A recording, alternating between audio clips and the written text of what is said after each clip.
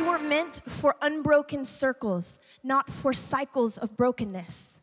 But what happened in that moment of shame was that they removed themselves from an unbroken circle, which was family, the Father, the Son, the Spirit. They removed themselves and they stepped into a cycle of brokenness that we have been trying to get out of since the garden.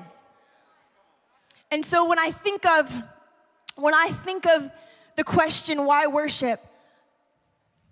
I asked Lord, what happens? What happens when we worship? What happens to me? And I heard this. We remember, we return, and we reconnect.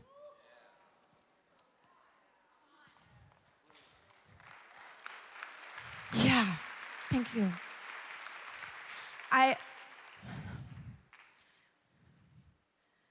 The first mention, the word worship, wasn't even used until Abraham's taking Isaac up to sacrifice him.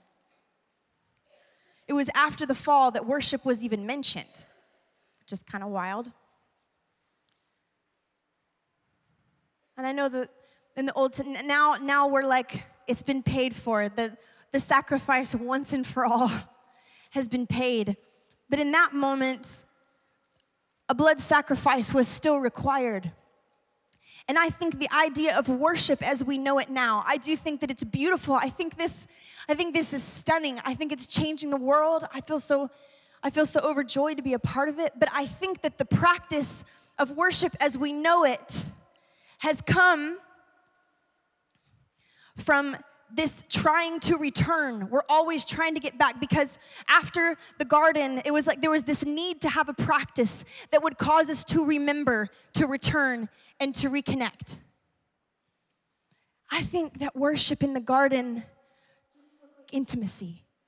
I think that it looked like no space. I think it looked like going for walks, knowing one another fully. I think that was his original heart for us, to stay so close, to be so near, that all of that was just constant. It was in conversation. God, I love you. Oh, I love you. I love you. I love walking with you. I love my life with you. I love everything about you. And I'm so thankful. I think that their conversation, I don't know how you could walk with him in a garden in the cool of day and not spill over with worship anyways, as we know it. And I think he knew that. When you're connected, it's easy to. And I think that because, to some degree, all of this life is us growing up to understand that we need to get little again, that we need to go back.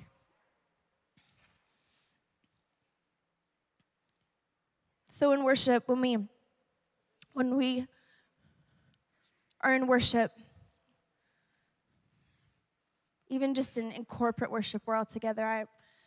We're lifting his name, like the way you feel in the room when every heart is lifted. You know, it's like electric. I want to lose it. In case you couldn't tell, I literally want to come out of my skin and go bonkers. I wasn't always that way. I just am realizing more and more as time goes on how greatly loved I really am. I am greatly loved by him. And I can't help myself. And the more time I spend going back to the garden and I'm understanding his original intent for us, his original intent that worship would look like removing all the space. Those moments in worship that we are like, we feel suspended, like your feet aren't on the ground, but you're not there yet, and you just feel like you could explode. That's because it's gotten super thin. And we're returning. We're remembering.